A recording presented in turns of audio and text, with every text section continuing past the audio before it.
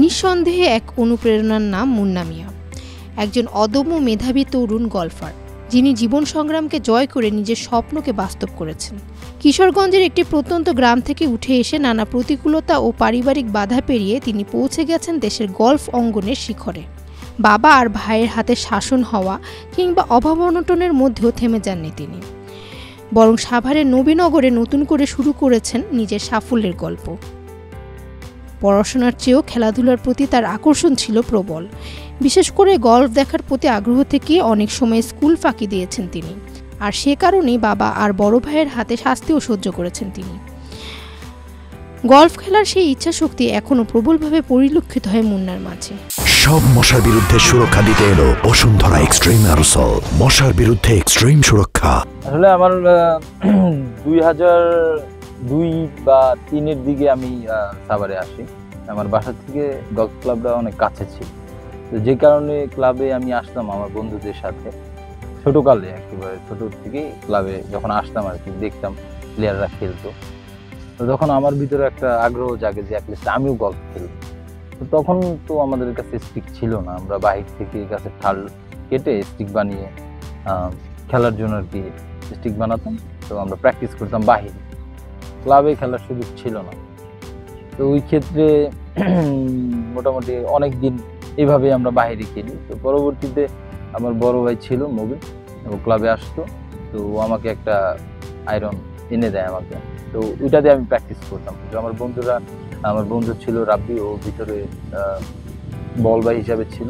তো ও যখন ক্লাবে গলফ খেলতো তখন আমি ওর সাথে মাঠে খেলতাম। তো এইভাবেই প্র্যাকটিস করতাম। খেলার প্রতি খুবই আগ্রহ ছিল। বাসা থেকে তো অনেক নিষেধ করতো যে যেন ক্লাবে না আসে, পড়াশোনার ক্ষতি হবে এটা। তো তারপরেও লুকায় লুকায় আসতাম বন্ধুদের সাথে বেশি করে। দেখা যায় যে বাবা অনেক রাগ করতো, সকালবেলা বেরিয়েছি, ফিরতে ফিরতে একদম সন্ধ্যা। অনেক বকাঝোকা খাইছি এই খেলার জন্য আর কি। বাবা বলতো যে খেলাটা বাদ দিয়ে অ্যাটলিস্ট পড়াশোনাটা যেন কন্টিনিউ করি, ভালো একটা রেজাল্ট করি, ভালো যেন একটা জব পাই আর কি। তো আমার খেলার প্রতি খুবই আগ্রহ ছিল যে না, আমি একজন প্লেয়ারই হব। যদিও 2019 সালে প্রিয় বড় ভাইকে হারিয়ে গলফ থেকে কিছুটা নিজেকে দূরে সরিয়ে নিয়েছিলেন মুন্না, তবে এরপরই 2022 সাল তার জীবনের টার্নিং পয়েন্ট হয়ে দাঁড়ায়। সে বছর জাতীয় অ্যামেচার কোচ মোহাম্মদ নাদিম এবং রিপন স্যারের চোখে পড়ে যান মুন্না। তারাই তাকে কুর্মিটোলা গলফ ক্লাবে নিয়ে যান। সেখানকার সিও কর্নেল শহীদ তাকে জাতীয় বি দলে খেলার সুযোগ করে দেন। 2019 সালে আমার বড় ভাই যখন মারা যায়, আমার ফ্যামিলিতে অনেক ভেঙে পড়ে এবং আমি নিজেও অনেক ভেঙে পড়ি। খেলার প্রতি আমার তেমন ফোকাসটা ছিল না। তো 2022 সালেও আমার দাদা মারা যায়। তো এই সময়গুলো আমার জীবনে অনেক বাজে সময় কাটছে আমার জীবনে। তো গল্পের থেকে অনেক দূরে সরে গিয়েছিলাম। তো বন্ধুরা বলতো যে বাসায় বসে না থেকে ক্লাবে এসে প্র্যাকটিস করি। তো আমি 2022-এর শেষের দিকে আবার ক্লাবে এসে প্র্যাকটিস শুরু করি।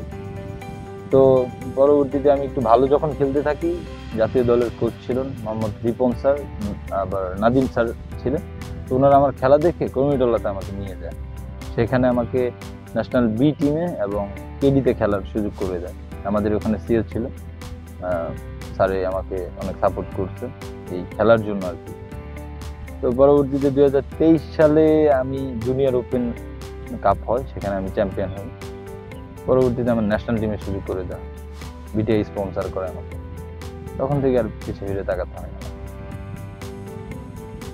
ফ্যালডো সিরিজের প্রথম অংশগ্রহণেই দ্বিতীয় স্থান অর্জন করেন। এরপর বাংলাদেশ গেমসে দলগতভাবে প্রথম হয়ে যেতেন স্বর্ণপদক। বাংলাদেশ জুনিয়র ওপেনে 3 বার অংশ নিয়ে একবার প্রথম এবং একবার দ্বিতীয় স্থান লাভ করেন। বাংলাদেশ অ্যামেচার টুর্নামেন্টে হন দ্বিতীয় রানার আপ। সর্বশেষ 2025 সালে কুর্মিলার কে হুসেইন ময়নামতি ওপেন গলফ টুর্নামেন্টে অ্যামেচার ক্যাটাগরিতে প্রথম স্থান অর্জন করেন। সর্বশেষ আমি ময়নামতি গলফ অ্যান্ড কান্ট্রি ক্লাবে আমাদের একটা বিবিজি এর টুর্নামেন্ট হয় বাংলাদেশ প্রফেশনালদের, সেখানে আমি অ্যামেচার হিসাবে চ্যাম্পিয়ন হই।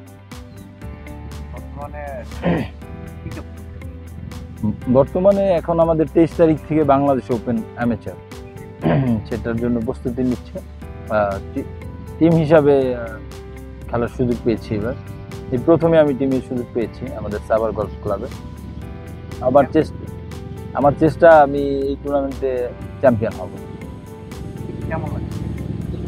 অনুভূতিটা অনেক ভালো, কারণ এই ক্লাবে টুর্নামেন্টটা হচ্ছে, এখান থেকে আমার শুরুটা, তো আমার জন্য অনেকটা সুযোগ রয়েছে আমি মনে করি। তো আমার বেস্টটা দেওয়ার চেষ্টা করবো আমি টুর্নামেন্টে। এই অসাধারণ সাফল্যের পেছনে সবচেয়ে বড় প্রেরণা ছিল তার প্রয়াত বড় ভাই। পরিবারের সহযোগিতা ও বিশ্বাসই তাকে এগিয়ে যেতে সাহায্য করেছে। এখন তার বাবা মা গর্বিত সন্তানের এমন অর্জনে। খুশির বিষয়, নিজের সন্তান, দেশের গৌরব এটা। তারপরে আমরা তো ওকে ছোটোবেলায় স্কুল লেখাপড়ার জন্য দিয়েছিলাম, কিন্তু ও গল্পে ওই মাঝে মাঝে চলে যাইতো, স্কুল ফাঁকি দিয়ে অনেক সময় যাইতো, আমরা অনেক রাগারাগিও করতাম। তো যাইতে যাইতে আলহামদুলিল্লাহ এখন শুনি মানুষের মুখে যে অনেক দূর আগায় গেছে। তো দোয়া করি আল্লাহ যেন দেশের জন্য চিকিৎসা করতে পারে। কি প্রত্যাশা করেন ছেলে কাছে? প্রত্যাশা বলতে সে নিজেও প্রতিষ্ঠিত হবে এবং দেশকে বিভিন্ন রাষ্ট্রের কাছে জানিয়ে উচ্চ মর্যাদায় নিয়ে পৌঁছাইতে পারে।